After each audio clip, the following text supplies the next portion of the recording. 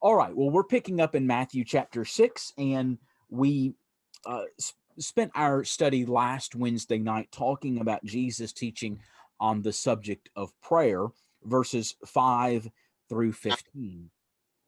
And I'm going to just very briefly recap that. I think everyone who's here tonight was a part of that study, but I'm going to very briefly recap that and give you an opportunity to chime in with any comments or questions because I didn't leave time for that last week. And then we'll get into the next section of the sermon. So, uh, Jesus is addressing, as he begins in chapter 6, verse 1, practicing your righteousness before men to be seen of men or to be noticed by them.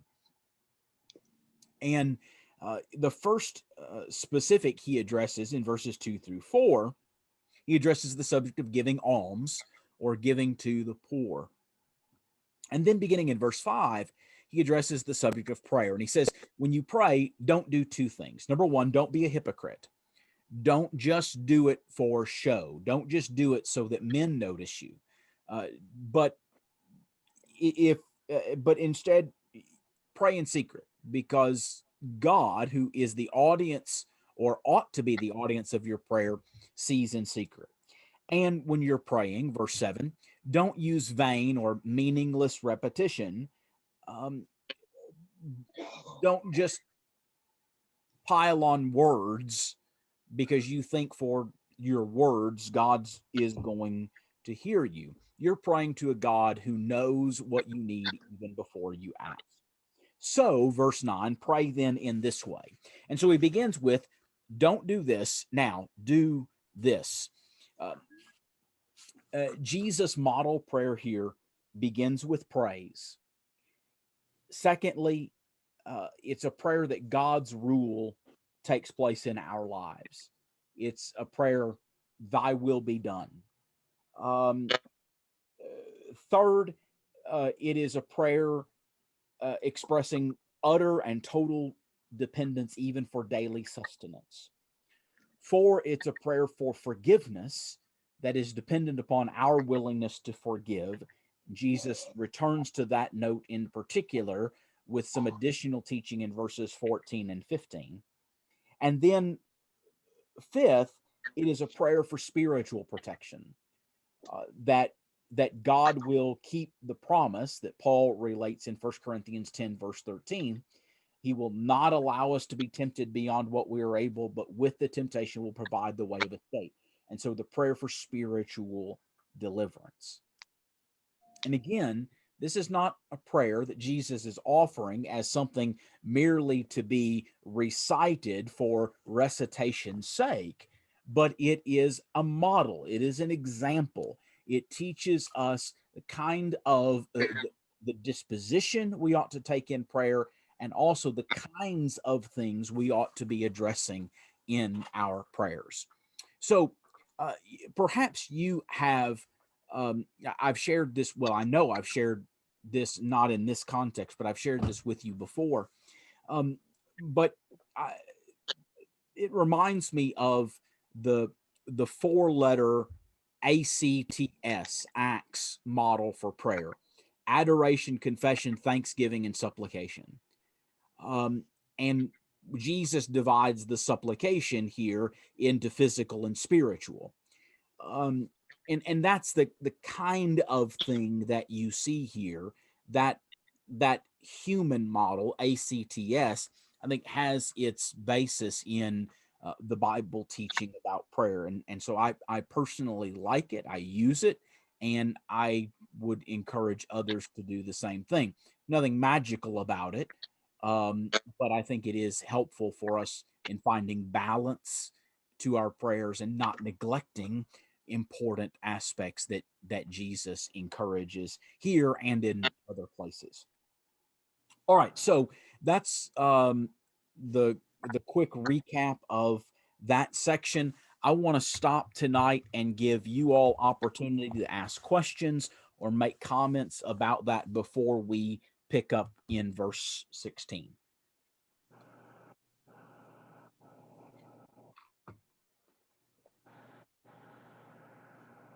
I thought it was kind of interesting. You mentioned last week about your kingdom come, and you talked about that just a little bit, but no one ever really thinks about what it says in verse 4. It says, yours is the kingdom, the power, and the glory forever. And so mentioned twice, but we don't always think of it in the same kind of way, I guess. Yeah, absolutely. And I think it's interesting, and I really think that, by the way, that phrase, "For yours is the kingdom and the power and the glory forever, amen."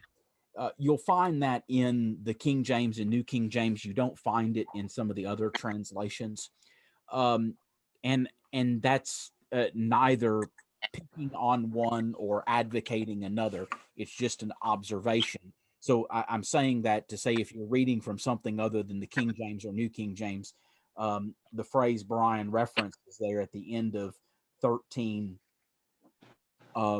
is maybe absent from the text you're looking at.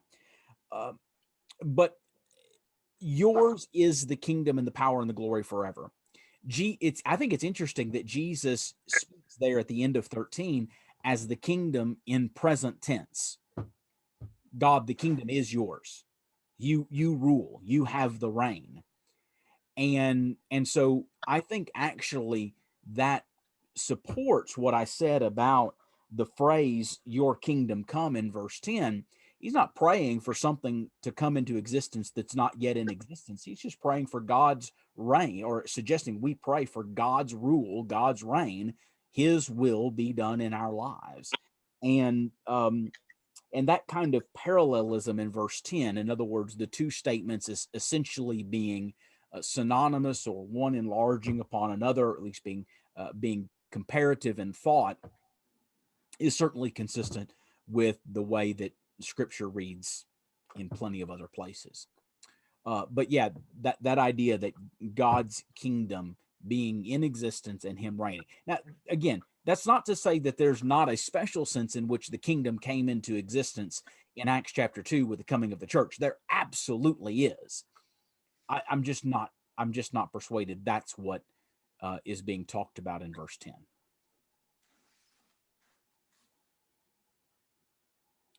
Anything else on that, or anything else from this section on prayer?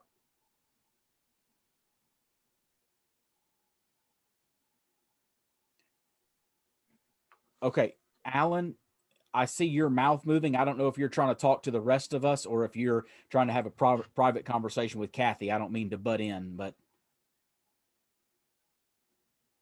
yes, okay. It's not the same occasion when the disciples asked Jesus, "Teach us to pray," as John taught his disciples. Well, that's a great question. Because it's almost identical. Yes, it is. The prayer is virtually identical, and my judgment is no. These are two separate occasions altogether. I think Luke's account of that, when his disciples said, "Lord, teach us to pray," that is chronologically in Luke's account a much later point, I believe, than, or I say much later, but a later point, I believe, than what we have in the Sermon on the Mount in Matthew chapter 6. And so I believe they are two separate occasions. And the fact is that Jesus taught the same thing more than once. I mean, that's just a fact. And so I don't have any problem with Jesus offering the same model prayer on two separate occasions to two separate audiences. That's not to say that Jesus' disciples weren't witness to the Sermon on the Mount, but I mean, Luke 11 and verse 1 gives a very different context. While Jesus was praying in a certain place, after he had finished, one of his disciples said, "Lord, teach us to pray," just as John taught his disciples. I mean, that's just very different. And so the fact that Jesus would offer the same nearly identical model prayer on two separate occasions just doesn't bother me one iota. And there are some who would point to that and say, see, here's a contradiction. Well, contradiction is one that bars any reasonable explanation of facts. And this just isn't a contradiction. It's just not. It can be understood in a perfectly reasonable way. Anything else about that, Alan? No. Okay. We're good. All right. Anything else? All right, let's stick to Matthew chapter 6, and let's pick up in verse 16. Remember, Jesus is expounding upon this theme introduced in chapter 6, verse 1. Beware of practicing your righteousness before men to be noticed by them. Otherwise, you have no reward with your Father who is in heaven. So, verses 16 through 18 of Matthew chapter 6. Ella, how about reading for us tonight? Would you be willing to do that?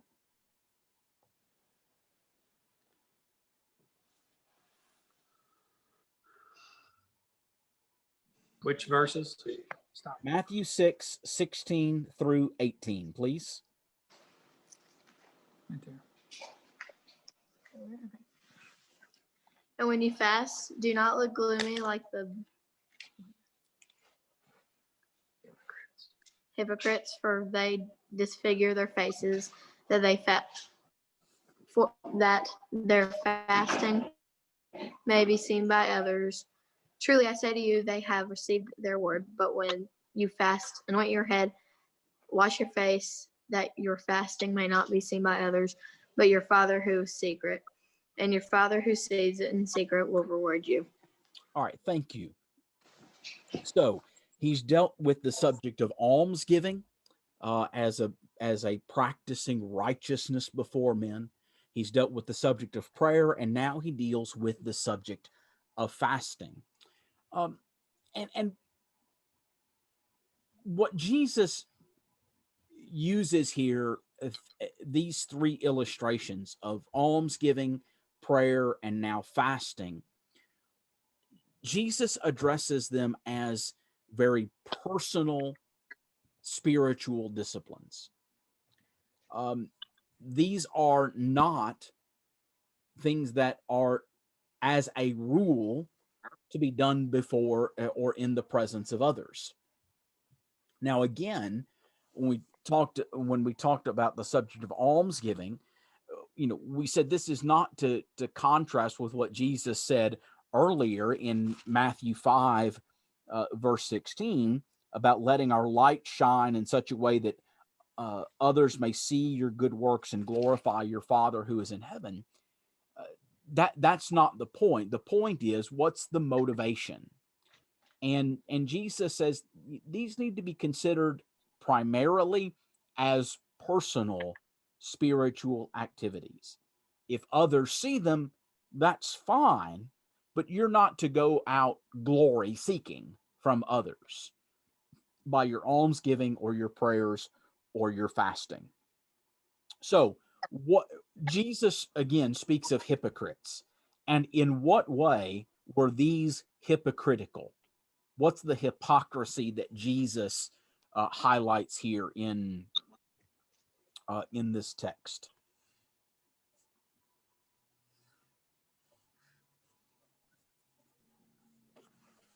They want people to know. All right, they want people to know that they're fasting, and so how did they ensure or attempt to ensure that people knew that they were fasting?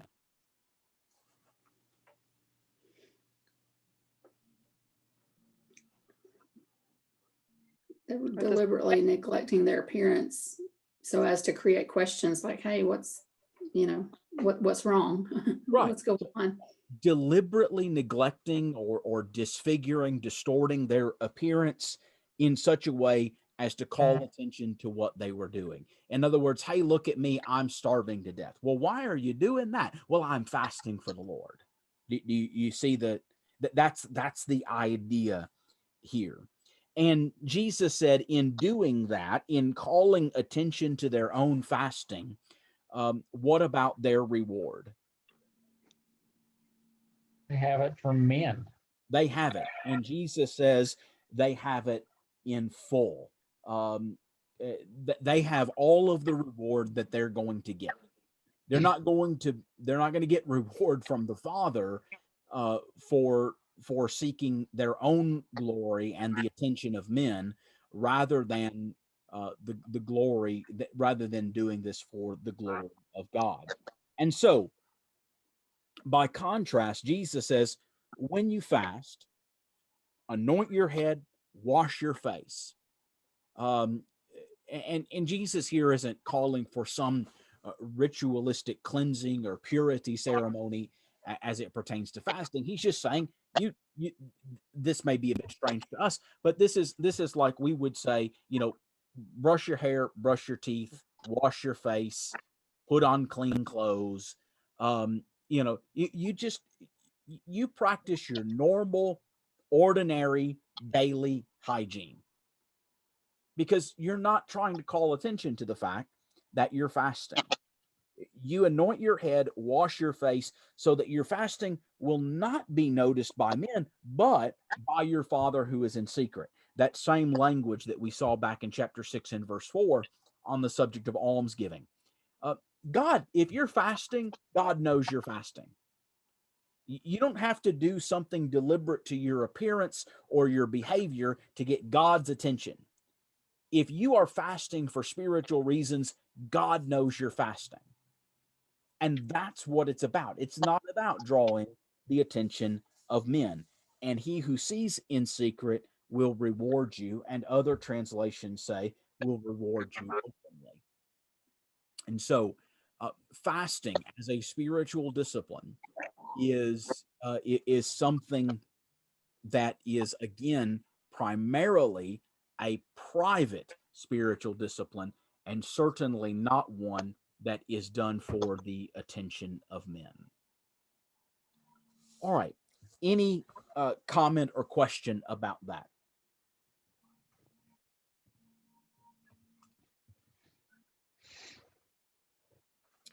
All right. Now, verse 19, there is a shift, and some have seen, and I think I did for the longest time, it seemed a very abrupt shift in the sermon. Do not store up for yourselves treasures on earth. And it certainly is moving away from this practicing your righteousness before men to be noticed by men. But I think there is a close connection, and that is, what is the focus of the hypocrites, the way that they do alms and pray and fast? Earthly stuff, I guess, directed for That's show right. toward men. It's earthly. It's carnally motivated, right? It's the attention of men, and so it's on that carnal mindedness. I think that's the thematic connection. And Jesus is not going to be talking about these spiritual disciplines, and he's not going to be talking about doing things for the attention of men, but this idea of storing up treasure on earth versus storing up treasure in heaven. And so again, I think that's the connection. The connection is carnal mindedness versus spiritual mindedness. Okay. So Laura, how about reading verses 19 through just through 21, 19 through 21. Okay. Do not store up for yourselves treasures on earth, where moth and rust destroy, where thieves break in and steal. But store up for yourselves treasures in heaven, where neither moth nor rust destroys, and where thieves do not break in or steal. For where your treasure is, there your heart will be also. All right, so in verses 19 and 20, Jesus sets up this contrast between earthly treasure and heavenly treasure. And the impermanence of the one and the permanence of another, that which is temporary versus that which is lasting. that which can be lost versus that which cannot be lost. That's the contrast that Jesus establishes. Every time I read this passage, I think about a friend of ours who, for many years, has been in. Well, he's retired now, but for many years worked in the banking industry, and at least as long as I've known him, which is for the last probably 15-ish years, maybe a little bit more than that, going on 20 years.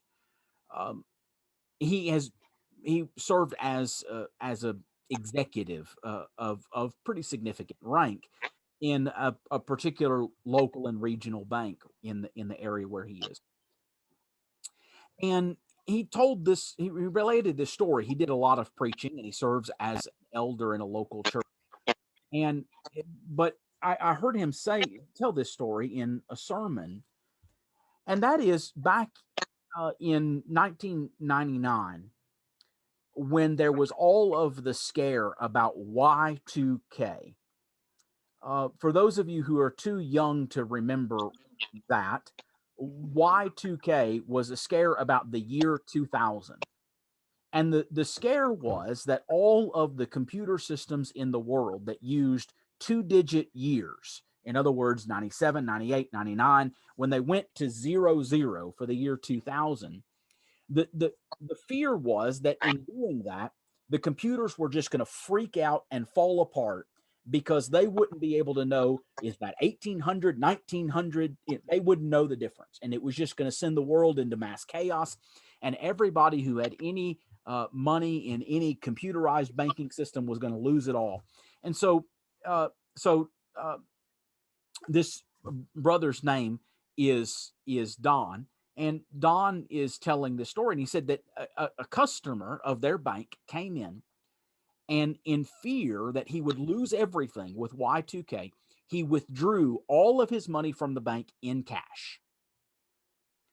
And he took the cash and put it in black garbage bags and buried it in his backyard. And when he went to retrieve that cash, he found that termites had found his cash and shredded it. And they were able only to salvage a small portion of the cash that he had buried. Moth and rust destroy, thieves break in and steal. I will never be able to read this passage again without thinking about that. Now, admittedly, it's now a 21-year dated story. It's getting a little long in the tooth. And as any audience, the younger in the audience don't really, relate to the background particularly well. But most of us have some recollection of that. And most of us remember kind of the hysteria of that time. Jesus says that's the nature of earthly treasure. It may not be eaten up by termites because you've buried in the ground, but it is corruptible. It's not going to last. And even if it lasts your lifetime and the lifetime of your children and grandchildren and great-grandchildren, the fact of the matter is that if generations come enough, it's probably going to get squandered. And even if it doesn't, it's all going to get burned up in the last day anyway, because Jesus said the elements will melt with fervent heat.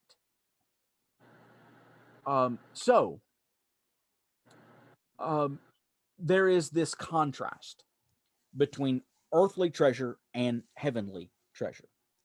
And Jesus says you need to be focused on the latter, not the former.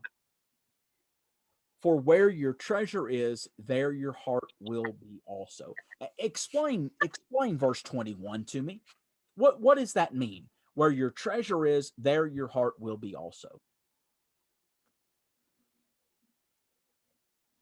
It's probably just casting a wide net, I think is the expression, but the treasure here, I might be wrong or might be partly right, I don't know, but that's in a nutshell, would that be like your relationship with God to make it as best you can? The treasure in heaven Yeah. you're referring to.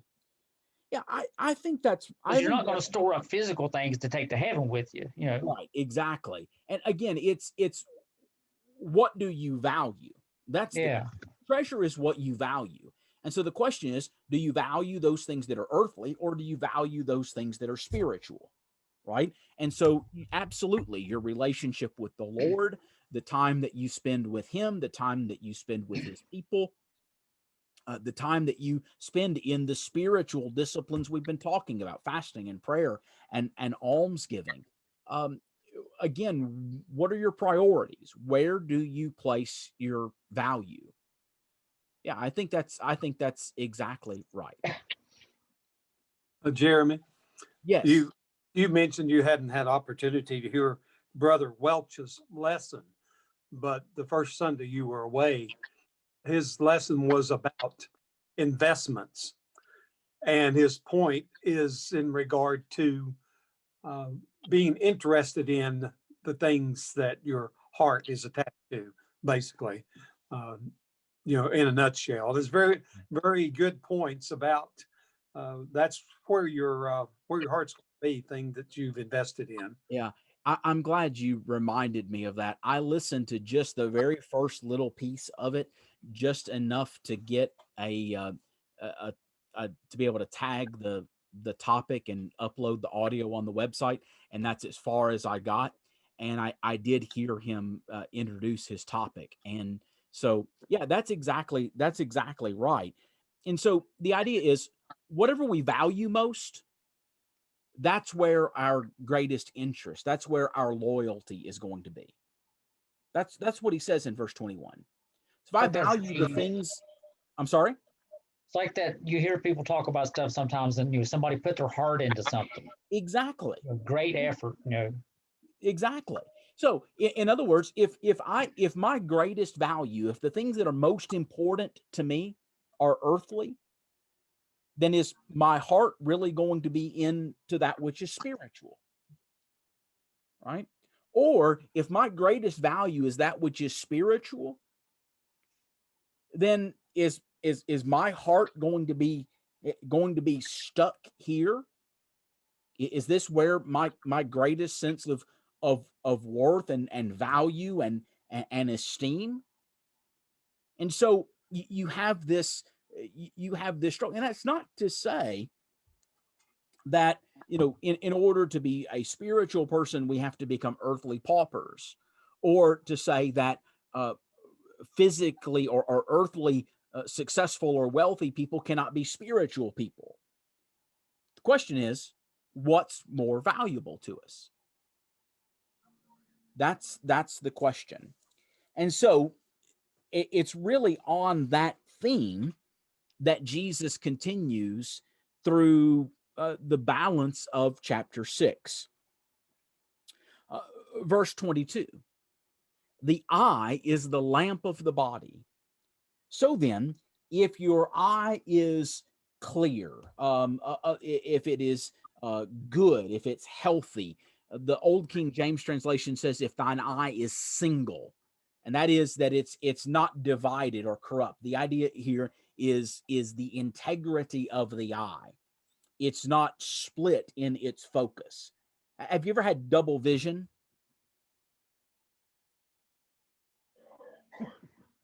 Yeah, because of some injury or ailment or whatever the case, you have double vision.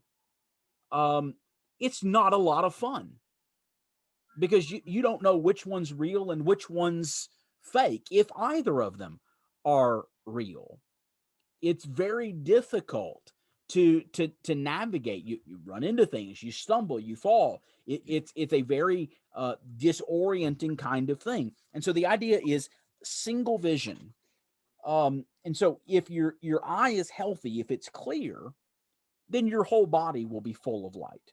But if your eye is bad, if it's evil, if it's unhealthy, if it's divided, if it's not single, if it's not focused, then your whole body will be full of darkness. And if the light that is in you is darkness, how great is the darkness? And so Jesus here speaks uh, quite uh, quite directly to the matter of focus. What are you looking at? If you're focused on that which is darkness, if that which is to provide light, the eye is the admission of light into the body. If that eye is bad, it's focused on that which is dark, then that's dark indeed. But if your eye is good, the body will be full of light. If your focus is healthy, if it's spiritual, if it's what it ought to be. All right. So he continues. Tom, read verse 24 for us, please. No man can serve two masters, for either he will hate the one and love the other, or else he will hold to the one and despise the other. You cannot serve God and mammon. So you can't survive with double vision. To take the analogy of the preceding verses, and now he shifts to this idea of masters. You can't serve two masters. You cannot serve God and wealth. Now, again, that's not to say that the wealthy person can't be godly, or that the godly person has to be a pauper, but you can't serve. You cannot serve as your master both of those things. One will be the master. One will take priority. One will be the object of your loyalty, your devotion, your service. And the other will be a servant. And so, your wealth makes a great servant. It's a horrible master. It's a great servant. God will not be your servant. He's God. He'll either be your master or not. But he's not going to, as we sometimes say, play second fiddle. He's not going to be used by you as a means to an end, wealth or otherwise. That is what was going on with the hypocrites. They were using their almsgiving and their praying and their fasting as a means to an end. They were attempting to take a spiritual discipline and use it to gain earthly fame, to gain the attention of men. They were attempting to make God their servant, to serve their less than holy or spiritual purposes. God says, I'm not going to do that. That's not the way it works. And so no man can serve two masters. We have to make a choice. And so it's on that basis that Jesus then says, for this reason, verse 25, therefore I say to you, and he talks about the matter of anxiety regarding earthly things. And so the idea is that when we are anxious about the basic necessities of life, we're turning the earthly into the master rather than allowing God to be the master. We'll talk more about that next week, Lord willing. All right, well, we are about out of time for tonight. So questions or comments down through Matthew 6, verse 24.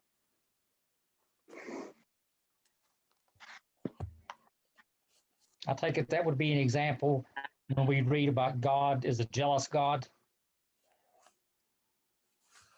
Yeah, I think that's right. Yeah. No, I think that's exactly right. Yeah. God's not going to compete with anyone. That doesn't mean to say that God doesn't want our devotion and that he doesn't this is probably not the right word to use, but that he doesn't entice or draw us, because clearly he does. God says, here are the blessings that I'm willing to offer you. Serve me. I'm willing to extend you grace and mercy and forgiveness and every loving kindness and every spiritual blessing in the heavenly places in Christ, Ephesians 1. And And yes, and he does use those things to entice, but while he entices, he's not going to coerce. He's not going to do that against our will. God is a jealous God, and he's not going to compete with someone else. He's not going. If we choose to go our own way, then he's going to let us do that. Not without a fight, but he's going to let us do that. God's a jealous God. All right. Anything else? I'm doing something really novel. You all will be proud of me. I'm literally making a note of where we left off. So I remembered tonight pretty well. It's the 30th. All right. Well, it's good to be with everyone tonight. Good to study with you again. And Lord willing, we'll see everyone on Sunday morning, at least everyone who is healthy and in town. And hope to see you all then. Bekijans, we missed you all. Hope everyone is well, and we hope to see you on Sunday. Brian said he's probably going to be out of town, going up to Moundsville to see family. So be safe in your travels. I don't know about anyone and everyone else, but be safe, stay healthy, and Lord willing, we'll worship together on Sunday. Love you, Jerry. I love you too, sweetheart. Thank you so much. All right. Good night, everybody. I love all of you. Y'all have